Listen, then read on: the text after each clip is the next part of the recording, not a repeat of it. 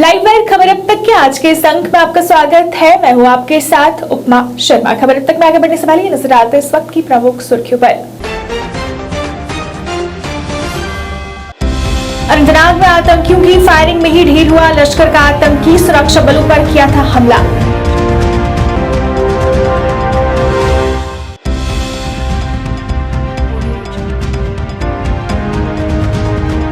श्रीनगर में 3 हाइब्रिड आतंकी गिरफ्तार, हथियार की बड़ी खेप भी जब्त।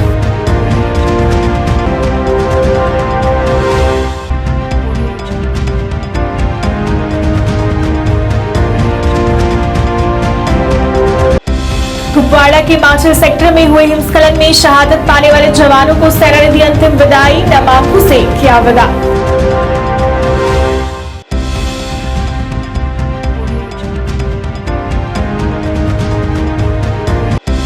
और श्री माता वैष्णो देवी यूनिवर्सिटी के vice chancellor Padmashri R K. Sinha ने किया मुबारक मंडी स्थित डोगरा आर्ट म्यूजियम का दौरा, अपने इतिहास के संरक्षण पर दिया जोर।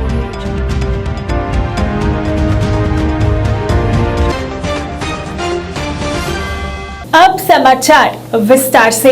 अनंतनाग जिले में सुरक्षा बलों और आतंकियों के बीच मुठभेड़ में एक आतंकी मारा गया। अनंतनाग जिले के बिजबिहाड़ा इलाके में ये मुठभेड़ हुई है।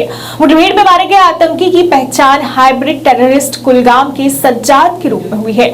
जानकारी के अनुसार अनंतनाग जिले के बिजबिहाड़ा इलाके में आज सुबह पुलिस की विशेष जांच इकाई जांच के लिए पहुंची थी। जब तलाशी दल संदिग्ध ठिकाने की ओर पहुंचा तो आतंकवादियों ने गोलियां चला दी। गोलीबारी में कुलगाम का लश्कर का हाइब्रिड आतंकवादी सज्जाद तांत्रे मारा गया। हाइब्रिड आतंकवादी सज्जाद तांत्रे ठिकाने की पहचान के लिए खोजी दल के साथ गया था। जम्मू कश्मीर पुलिस ने मुठभेड़ की जानकारी देते हुए बताया कि मारे गए दहशतगर्द सज्जाद ने 13 नवंबर को अनंतनाग में दूसरे राज्यों के 2 मजदूरों को अटैक किया था। हमले में दोनों मजदूर गंभीर रूप से जख्मी हो गए थे, जिन्हें अस्पताल में भर्ती कराया गया था। इलाज के दौरान 18 नवंबर को मजदूर छोटा प्रसाद ने अस्पताल में दम तोड़ दिया था। इसके बाद आतंकी सज्जाद को गिरफ्तार कर लिया गया था। पुलिस ने मॉड्यूल के आतंकियों की गिरफ्तारी के लिए तलाशी अभियान चला रखा था।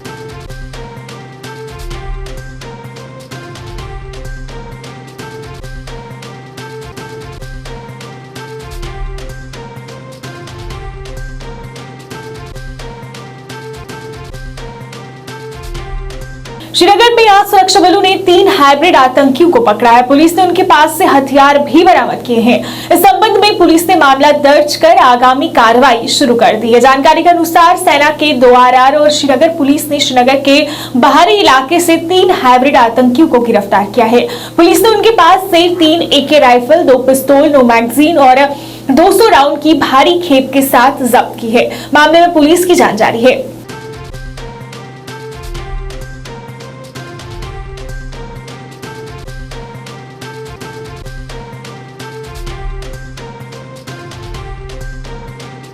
भारतीय सेना ने आज नायक गायकवाड़, मनोज लक्ष्मण राव, लैंस नायक मुकेश कुमार और गनर सोविक हाजरा को श्रद्धांजलि अर्पित की, जिन्होंने 18 नवंबर को मार्शल सेक्टर कुपवाड़ा में नियंत्रण रेखा के पास हिमस्खलन में सर्वोच्च बलिदान दिया था।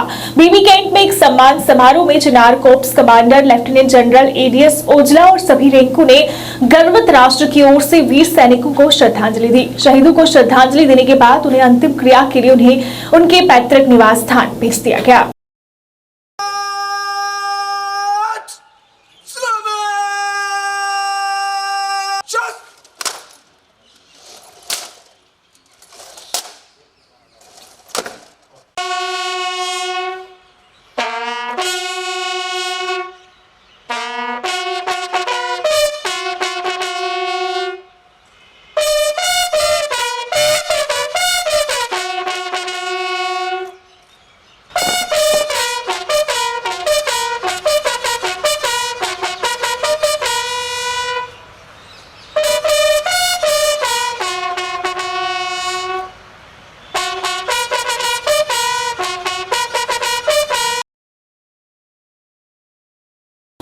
हेरिटेज वीक के दूसरे दिन आज श्री माता वैष्णो देवी यूनिवर्सिटी के vice chancellor Padmashri R K. Sinha Mubarak Mandi में स्थित डोगरा आर्ट म्यूजियम जम्मू पहुंचे, जहां उन्होंने धरोहरों को देखा और डोगरा इतिहास को याद किया।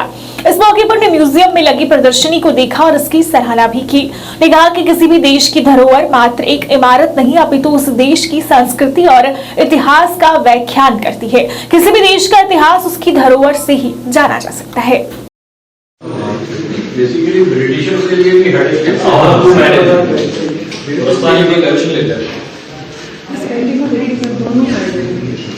एक पेंटिंग दो जगह बनाई है।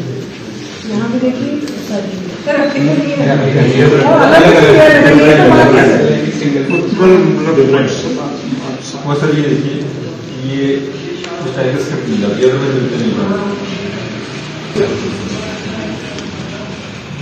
आज वर्ल्ड हेरिटेज वीक का सेकंड डे है।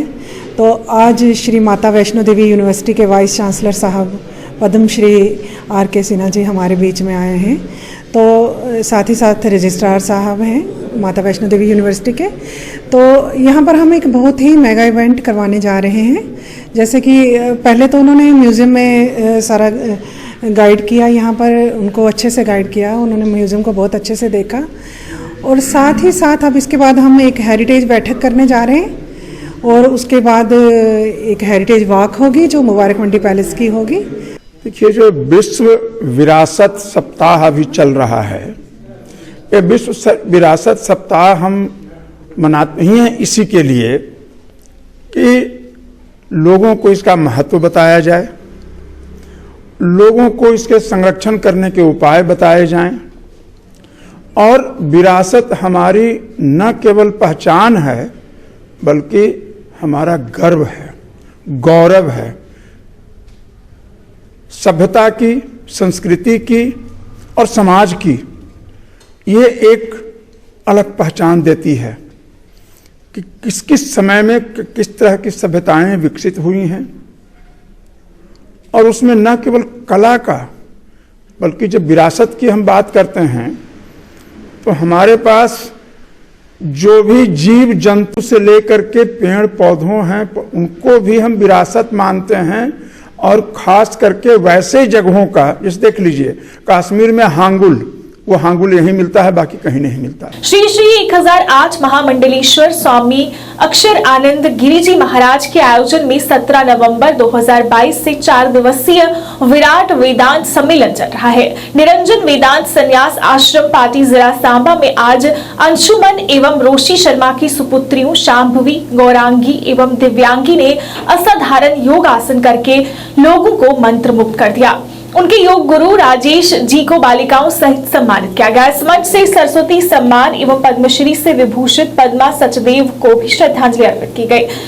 बता दें कि ये बालिकाएं साहित्य अकादमी अवार्ड से सम्मानित ज्ञानेश्वर शर्मा एवं अनुराधा शर्मा की पोत्रियां हैं। सम्मानित करने वालों में निर्वाण पीठाधीश्वर महामंडलेश्वर स्वामी विशोकानंद जी, माननीय अटल पीठाधीश्वर महामंडलेश्वर स्वामी विश्व आत्मानंद जी, महामंडलेश्वर स्वामी प्रेमानंद जी, महामंडलेश्वर स्वामी आनंद चैतन्य सरस्वती जी, महामंडलेश्वर स्वामी गिरिधर गिरी जी मुख्य रूप से उपस्थित रहे।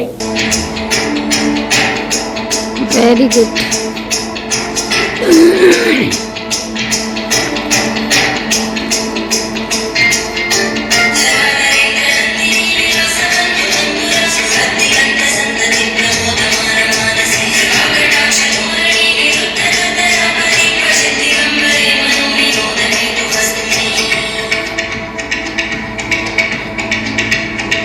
ताली बजाना, ताली बजाना। Very good.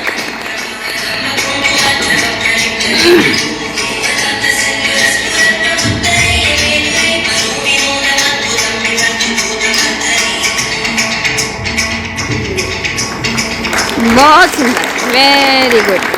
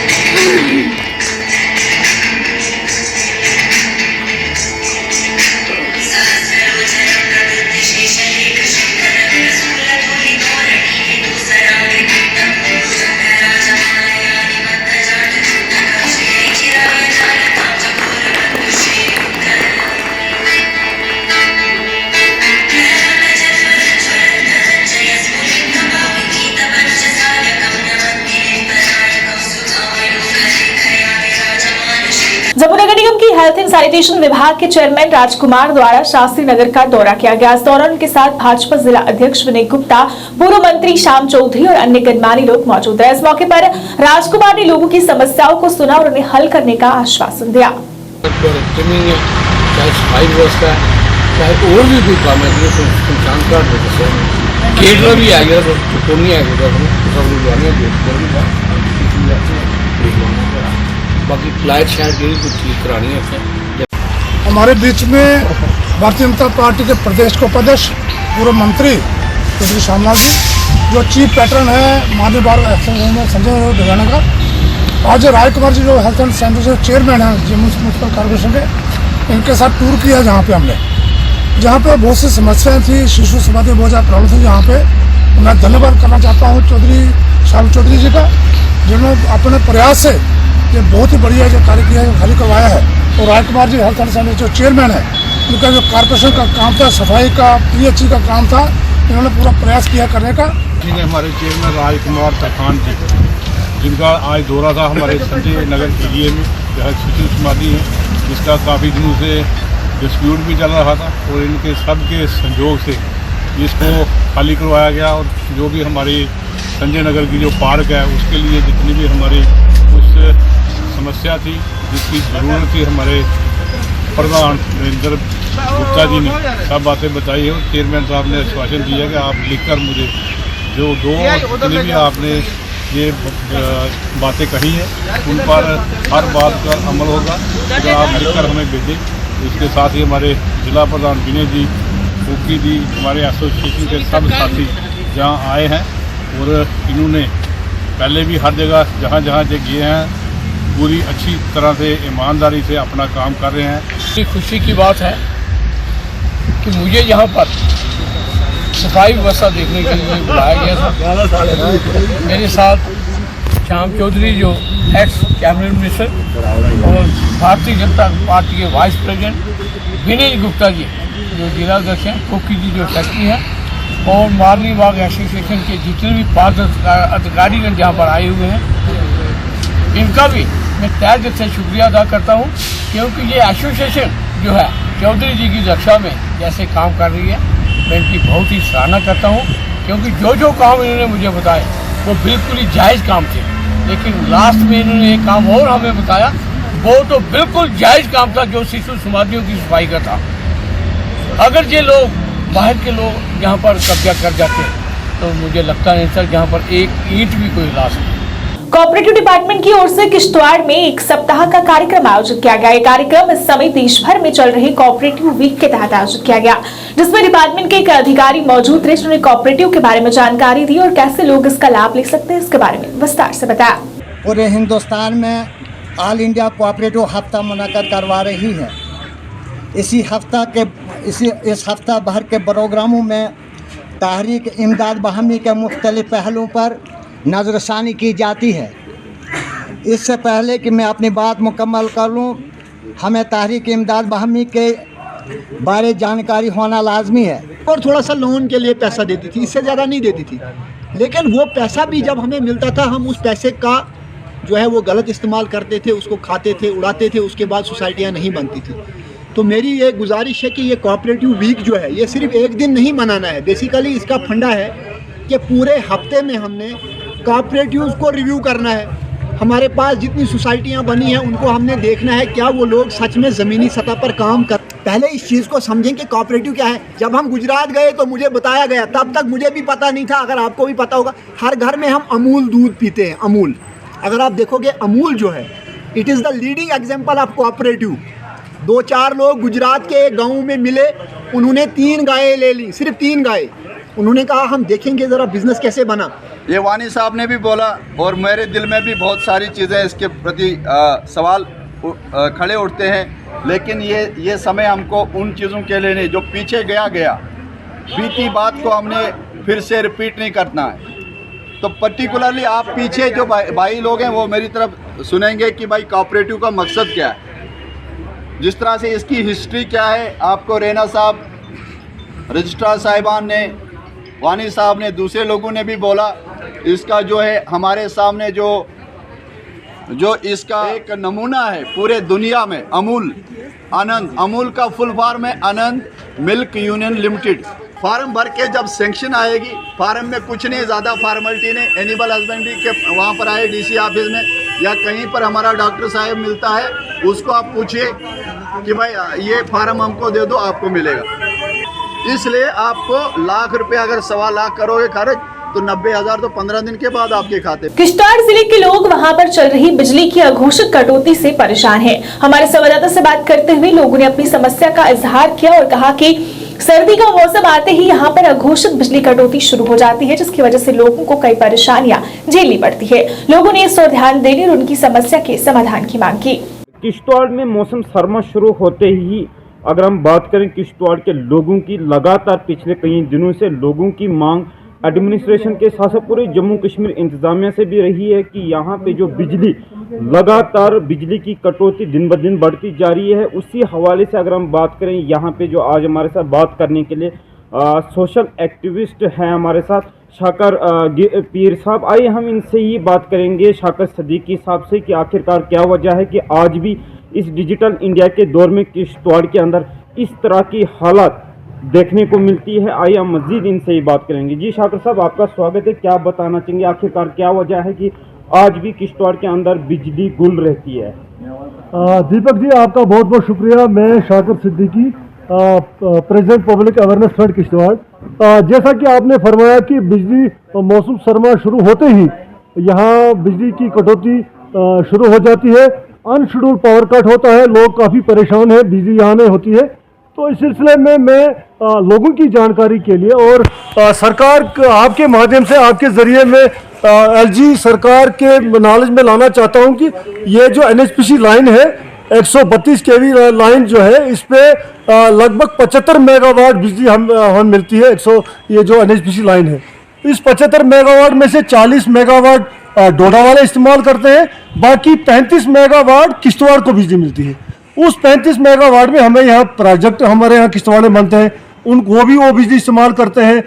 लोगों की पॉपुलेशन बहुत ज़्यादा है, बाहर से जो लेबर यहाँ काम करने के लिए आते हैं वो भी उस बिजली का इस्तेमाल करते हैं, और माइग्रेंट होकर लोग जो मुख्तलिफ इलाकों से यहाँ बस रहे हैं वो भी इस बिजली का इस्तेमाल करते हैं। तो कुल मिला के काफ़ी ज़्यादा लोड जो है वो उस वजह से है कि हमें बहुत कम बिजली मिलती है डोडा डिस्ट्रिक्ट। तो उसके बाद ही यहाँ ये जो है ये अनशेड्यूल्ड पावर कट कम होगा और लोगों को ज़्यादा परेशानियों का सामना नहीं करना पड़ेगा। और आपके माध्यम से मैं लोगों से भी गुजारिश करूँगा, हमने पिछले साल भी यहाँ धरने दिए, हमने लोग आते नहीं हैं क्योंकि ये किसी एक पार्टी का इशू नहीं है, किसी एक कम्युनिटी का इशू नहीं है, ये जनरल पब्लिक इशू है।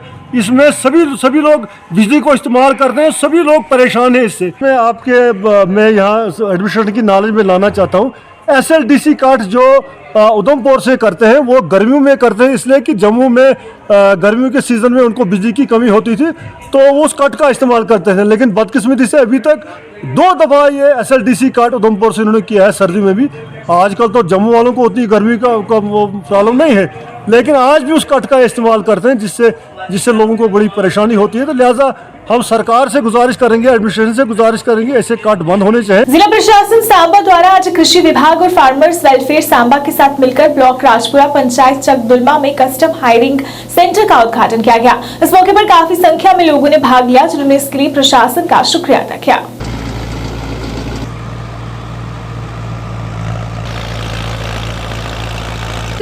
इधर एग्रीकल्चर फील्ड में जो मशीनां ये इंट्रोड्यूस की हैं। थोड़े घर में बच्चे हैं जोड़े पढ़े लिखे बच्चे हैं, वो सोचते हैं कि असें खेती में क्यों काम करना, इहदे कुछ मिलता नहीं है। तो तुम उन्हें दस सकते हो कि मशीन का इस्तेमाल करिए तो अपनी खेती में अच्छी फसल उगाई सकते हैं। इनको लिया गया है। दोनों ब्लॉक्स का एक कॉम्प्रिहेंसिव डेवलपमेंट प्लान हमने सबमिट किया था सरकार को।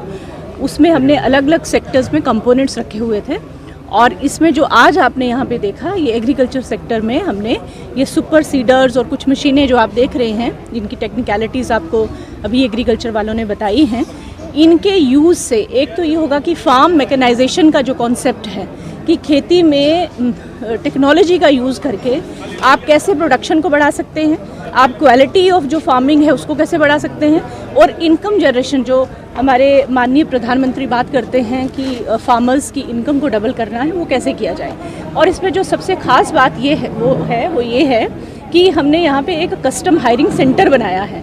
कस्टम हायरिंग सेंटर जो है वो पंचायत की देखरेख में रहेगा, और गांव में किसी भी पर्सन को अपने खेत में अगर ज़रूरत पड़ेगी तो इन मशीनों को वो हायर करके तो वो उनको यूज़ कर पाएगा। तो जो मशीन है, जो नई टेक्नोलॉजी जो यहाँ पे अभी किसानों को मालूम नहीं थी, उसको यहाँ पे हमने वो मशीनें जो है पंचायत को जो है वो हैंडओवर की हैं, और पंचायत ये मशीनें जो हैं सभी गाँव के लिए, सभी लोगों के लिए यहाँ पे यूज़ होंगी।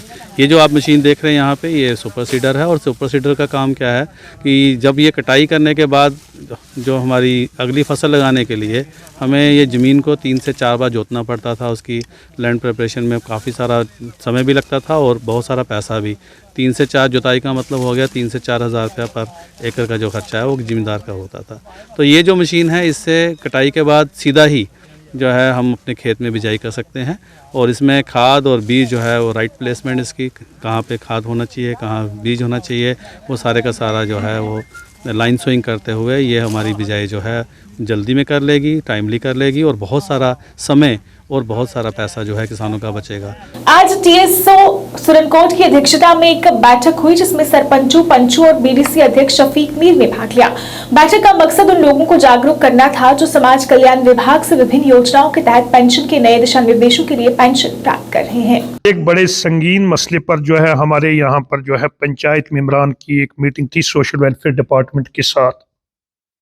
वो संगीन मसला ये है कि आज तक अगर कहीं पर बड़ा मुलाजम सरकारी परेशान था, बड़ा ठेकेदार परेशान था, बड़ा कोई कारोबारी परेशान था, आज जम्मू कश्मीर सरकार की वजह से जो एक गरीब, माजूर और बुजुर्ग लोगों को पेंशन मिलती थी, आज उनको भी एक परेशानी के अंदर जो है वो सरकार ने मुब्तला कर दिया।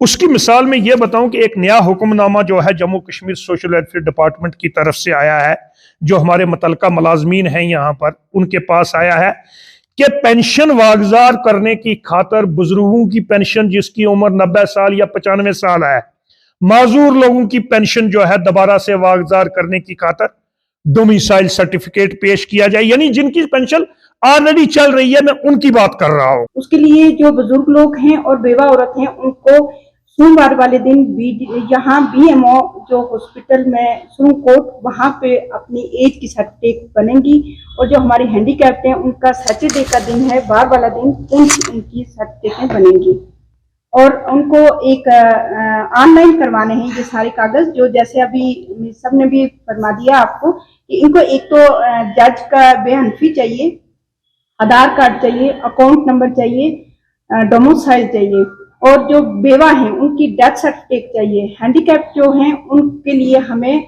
UDID कार्ड, जो ऑनलाइन सर्टिफिकेट उनकी आएगी। ये सारे कागज जो हैं वो ओरिजिनल लाने हैं। जिनकी नेशनल ट्रेड फ्रंट द्वारा आज जम्मू में एक सम्मेलन का आयोजन किया गया, जिसमें भाग लेने काफी संख्या में लोग पहुंचे थे। इस मौके पर गफूर डार मुख्य तौर से उपस्थित रहे। इस दौरान कई मुद्दों पर बात हुई और संगठन के विस्तार पर चर्चा की गई। तो अब ज्यादातर हमें मुत्तहिद होकर इस मिशन को आगे चला, मगर हमें अपने इवेंट को कामयाब करने के लिए अपनी हमारा आज यहाँ 1 डे कन्वेंशन था, उसमें हमने कुछ साथियों को जिम्मेवारी भी दी है, जिसमें हमारे राजेंद्र कुमार जी, इनको वाइस प्रेसिडेंट बनाया है, इनको वर्किंग प्रेसिडेंट बनाया है Jammu Kashmir national trade front का। इसी तरीके से नज़ीर साहब पहले ही जनरल सेक्रेटरी हैं, तो इसी तरीके से हमारे कुछ नए दोस्त भी हमने इसमें लिए हैं, अलग अलग से, वो इसमें रेजोल्यूशन में नाम है उनका। तो ये इसमें नए कुछ ओहदा हमारे वो कैजुअल लेबर डेली जो यूनाइटेड फ्रंट है उसके जो प्रेसिडेंट है, उनको भी हमने वाइस प्रेसिडेंट बनाया है। तो इसके अलावा और भी साथियों की कमेटी है, ये पूरे हमारे इस यूटी में काम करेगी एज यूजुअल, जैसे पहले भी करते रहे। आज के इस कन्वेंशन का जो 3-4 पॉइंट्स पर हमने पूरा दिन डिबेट की है, जिसमें पहला मुद्दा है casual labours, need based workers, जिनकी तादाद 61,000 से ज़्यादा है, जो पिछले 20 साल से आंदोलन में भी हैं, और सरकारों ने, पहली सरकारों ने भी और मौजूदा सरकार ने भी, इन्होंने हर बार हमें आश्वासन दिया है कमिटमेंट की है कि इनको हम रेगुलर करेंगे, लेकिन अभी तक सरकार ने नहीं किया है। हम मांग करते हैं लेफ्टिनेंट गवर्नर की एडमिनिस्ट्रेशन के कि इनके इस मसले को, देरीना मसले को फौरी से पेशतर हल करके इन लोगों को कम से कम ये रिहेबिलिट किया जाए। और जम्मू कश्मीर पंचायत कॉन्फ्रेंस के महासचिव एवं गडली पंचायत के सरपंच सरदार गुरदीप सिंह सैनी और बीडीसी चेयरमैन तरसीम कुमार शर्मा ने गांव कुल कोठे स्थित शमशान घाट के पास स्नान घर बनाने के निर्माण कार्य की शुरुआत की, जिस पर कुल 5 लाख रुपए की राशि खर्च की जाएगी। इस मौके पर पंचायत के नायब सरपंच प्यारेलाल, पंच सोमनाथ सहित क्षेत्र के कई गणमान्य लोग मौजूद थे।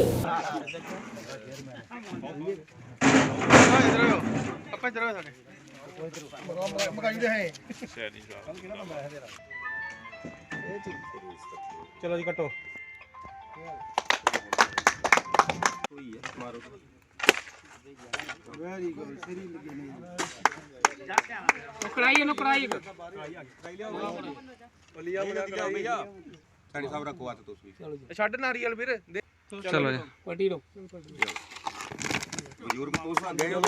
देखिए सोन जी, बात ऐसे है कि मेरे साथ जहाँ के सरपंच गुरदीप सिंह सैनी जी, नायब सरपंच साहब, पंच साहिबान और मेरे बुज़ुर्ग जितने भी हैं, पहले तो मैं इनको मुबारकबाद दे रहा हूँ आपके माध्यम से, और पूरे गंडली के जितने भी लोग हैं सबको अपनी तरफ से मुबारकबाद देता हूं, क्योंकि ये जो इनकी एक बड़ी पुरानी जो डिमांड चल रही थी कि इनके पास सीएससी सेंटर नहीं था, तो जब भी कहीं कोई डेथ होती थी तो इनको बड़ी परेशानियों का सामना करना पड़ता था। तो आज इनका 5 लाख रुपए का ये जो सीएससी का काम शुरू हुआ है, और सैनी जी ने आपको बताया ही है जैसे कि लोगों ने ज़मीन भी डोनेट की है। मैं भी अपनी तरफ से जिन जिन लोगों ने ज़मीन डोनेट की है उनका शुक्रिया अदा करता हूं। गवर्नमेंट से आप ज़्यादा से ज़्यादा फंड ला के इसको डेवलप करो। और मैं आपके माध्यम से बताना चाहता हूँ, ये 5 लाख की हमारी बहुत ही जराना डिमांड थी हमारे लोगों की। ये यहाँ पे सीएससी बनना चाहिए, क्योंकि पानी की बहुत ज़्यादा प्रॉब्लम होती है। जब कोई संस्कार करते हैं हम, तो हमें नहाने की, जहाँ की मुँह हाथ धोने का बड़ा मुश्किल आती है। तो ये डिमांड लोगों की पूरी करते हुए ये 5 लाख का आज काम स्टार्ट किया है। उसके बाद मैंने गवर्नमेंट को अपने साथियों की मदद से, अपने लोगों की मदद से मैंने गवर्नमेंट को लिखा हुआ है, और बहुत जल्दी मैं भी इसी नवंबर में एंडी में, जहाँ कि दिसंबर मंथ में हमें जहाँ पे 15 लाख और मिल रहा। मैंने 25 लाख लिखा था। मुझे जहाँ सीढ़ियाँ बनानी है बैठने के लिए, सेट बनाना है लोगों के, जब बरसात का मौसम होता है, गर्मी का मौसम होता है, तो हमारे लोग जो नहीं बैठ पाते हैं, बुजुर्ग जो आते होते हैं शमशान घाट में संस्कार में, उनके लिए हमने ये कि एक सेट के लिए और सीढ़ियों के लिए जो लोगों के बैठने की जगह बनानी है। आपके माध्यम से ये मैं दोबारा अपने लोगों को मुबारकबाद देता हूँ आज के काम की, और हमेशा अब मेरे साथ बनाए रखें। आज उधमपुर के एक निजी पैलेस में Jammu Kashmir x services league द्वारा एक कार्यक्रम का आयोजन उधमपुर जिला प्रधान दलवीर सिंह बतियाल की अध्यक्षता में किया गया। इस मौके पर जिनके एक्स सर्विस लीग के प्रधान retired lieutenant general Rakesh Sharma मुख्य रूप से मौजूद रहे। कार्यक्रम के दौरान पूर्व सैनिकों और वीर नारियों की समस्याओं पर चर्चा की गई। दोबारा से चालू हो। दूसरा सर पीसीएच के कुछ पॉइंट्स हैं, उसमें हमारे एक्समैन और वीर नारी को अब जाते थे, एक डेट जाती थी, इज्जत मान सम्मान मिलता था, लेकिन वो भी सर उन्होंने बंद कर दिया है। हम ये चाहते हैं कि जो इज्जत मान सम्मान जो है डेट के समय मिला। मैं लेफ्टिनेंट जनरल राकेश शर्मा एक सेवानिवृत्त फौजी हूँ। मैं जम्मू कश्मीर का सन ऑफ सॉइल हूँ और जैकलाई रेजिमेंट से बिलोंग करता हूँ। इस वक्त मैं president Jammu Kashmir ex serviceman league का ये प्रेसिडेंट हूँ। और ये आप लोगों को बता दूँ कि Jammu Kashmir ex serviceman league सबसे पुरानी ऑर्गेनाइजेशन है, जो 1951 में ब्रिगेडियर घनसारा सिंह जो गवर्नर गिलगिट के थे, उन्होंने इसको स्थापित किया था। इसको स्टेट गवर्नमेंट ने मान्यता दी हुई है। और जे&के एक्स सर्विसमैन लीग जो है वो हमारे 1 लाख जो एक्स सर्विसमैन हैं, वेटरन्स हैं, वीर नारीज हैं, उनकी वेलफेयर, रीसेटलमेंट और सब कुछ का देखभाल करती है। तो मुझे बड़ा सौभाग्य है कि मुझे इनका प्रेसिडेंट नियुक्त किया गया था 6 महीना पहले, और आज मैं उधमपुर में इसके लिए आया हूँ कि जितने भी हमारे फौजी भाई हैं, जितनी भी हमारी वीर नारीज़ हैं, उन सभी के जो कोई ऐसे इश्यूज़ हैं, प्रॉब्लम्स हैं, मैं उनको सुनूं और उनको जो आज गवर्नमेंट की बड़ी बड़ी स्कीमें जैसे स्पर्श है, ECHS, उनकी जो चीज़ें हैं उनके बारे में इतला दे सकूं और जो उनके जो प्रॉब्लम हैं उनको साथ में ले जाकर उनका निजात करा सकूं। मेरा आने का यहाँ पर यही एक मेन मकसद है। भारतीय जनता पार्टी ने बांदीपुरा जिले के सुंबल क्षेत्र से DDC सीट हाजिन ए के लिए चुनाव अभियान शुरू किया और सुंबल में चुनाव को लेकर बैठक बुलाई। इस दौरान इस कार्यक्रम में वरिष्ठ भाजपा नेता आरिफ राजा, मुदस्सिर अहमद, उत्तरी कश्मीर प्रभारी और अन्य गणमान्य लोग मौजूद रहे।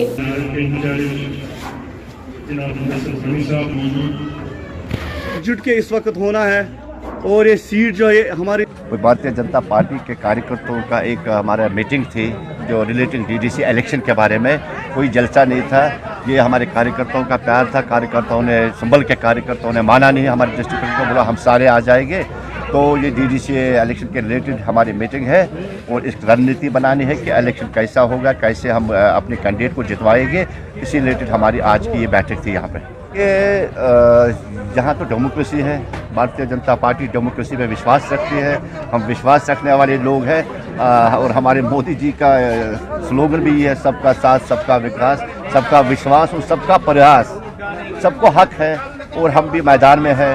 आने वाले चुनाव पहले ही इसकी अगर हम घोषणा कर दें ठीक नहीं है, आने वाले इलेक्शन में ही पता चलेगा कि कौन बाजी मार सकते हैं। इंशाल्लाह हमें पूरी उम्मीद है। हाँ, टाइप ऑफ कंपनी समझिए इसको कि इसीलिए आज हमने अपने कार्यकर्ताओं को ये आज यहाँ से हिदायत दे दी है कि आने वाले इलेक्शन की रणनीति कैसे करेंगे, कैसे हम अपनी कैंडिडेट को जिताएंगे। लाइव बाइट खबर अब तक के आज के इस अंक में फिलहाल इतना ही। इसी के साथ मुझे और मेरी पूरी टीम को दीजिए इजाजत और अब देखते रहिए लाइव बाइट। नमस्कार।